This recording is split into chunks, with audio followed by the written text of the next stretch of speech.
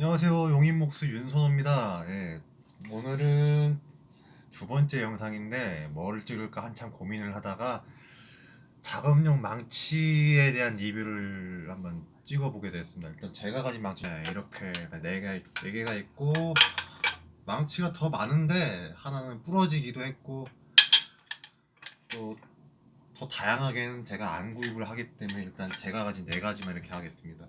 이거는 도구 긴 400mm 40cm짜리 망치예요. 보통 형틀목수 분들이 많이 쓰시기도 하고 내장이나 다른 목공 분들도 많이 씁니다.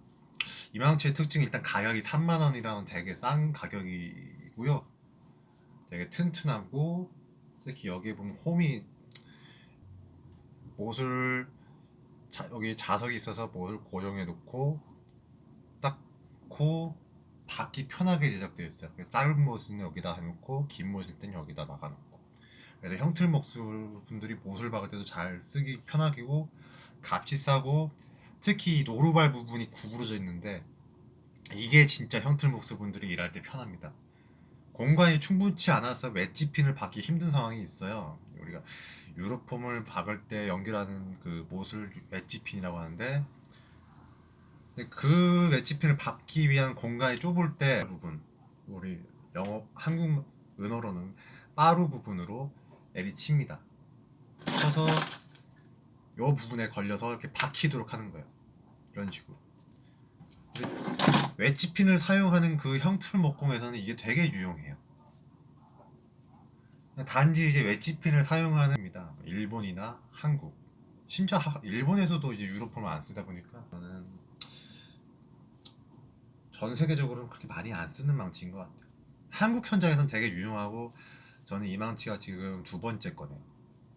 이 망치는 제가 구입을 해서 1년 좀 넘게 썼는데 녹이 슬었는데 두 번째는 더글라스 망치라고 합니다.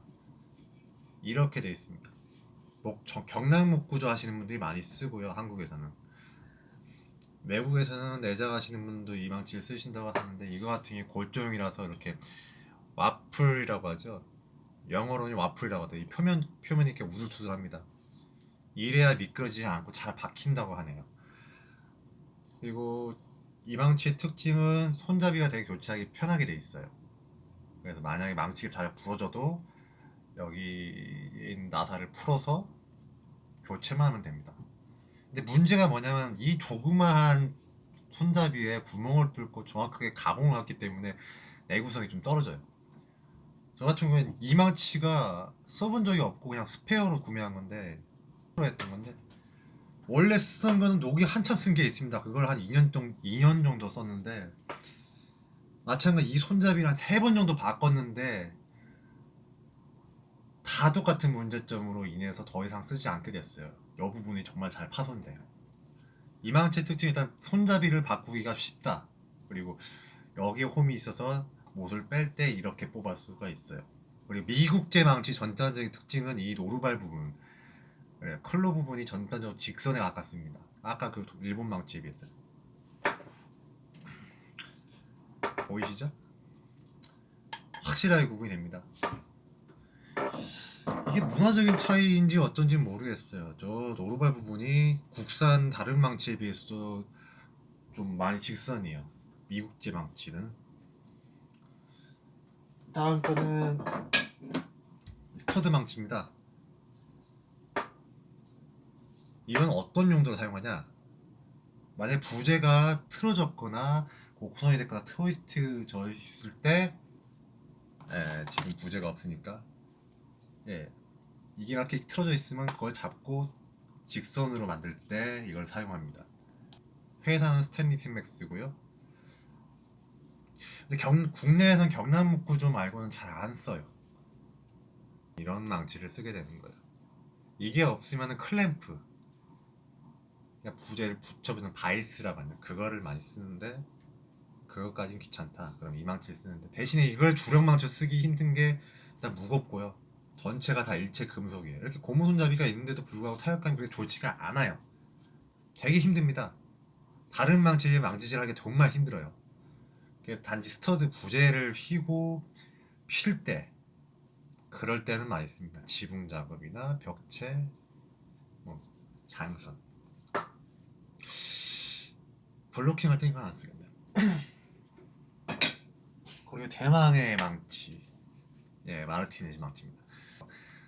손잡이가 금속임에도 불구하고 충격 흡수가 잘 되고 타격감도 좋고 무엇보다 손잡이도 예, 교체를 하기 되게 편하게 돼 있어요. 그리고 타격감도 괜찮습니다. 미국제 망치 특징답게 이 오르발 부분이 거의 직선에 가깝고요. 그리고 이 부분에 자석이 있어서 예, 못을 부착할 수가 있게 돼 있어요. 여기는 이렇게 돼 있고 저글라스 망치 이렇게 돼 있고 여기는 이렇게 돼 있습니다. 도규 망치.